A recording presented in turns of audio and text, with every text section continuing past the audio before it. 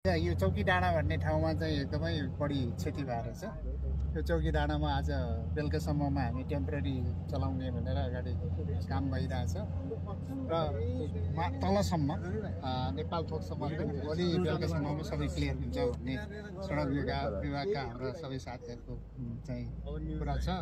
त्यही हिसाबले काम हुन्छ। आजदेखि यहाँ इक्विपमेन्टहरू पनि थप्ने कुरा भएको छ।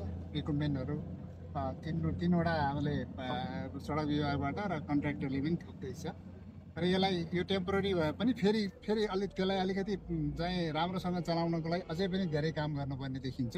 धेरै नै ड्यामेज भएको छ, अब फिलिङहरू धेरै छ। त्यही कारणले पहिला चाहिँ यो टेम्पोररी यो गाडीहरूलाई चलाउनको लागि भोलि बेलुकासम्ममा थोकसम्म चाहिँ ट्र्याक ओपन गरेर अगाडि बढाउने भनेको छ। सबै ठाउँमा अहिले चाहिँ नपुगेको रिसोर्सहरूलाई चाहिँ अब डिजेल, यो बाटो नभएको हुनाले डिजेल पुर्याउनु पनि गाह्रो भएको देखिन्छ।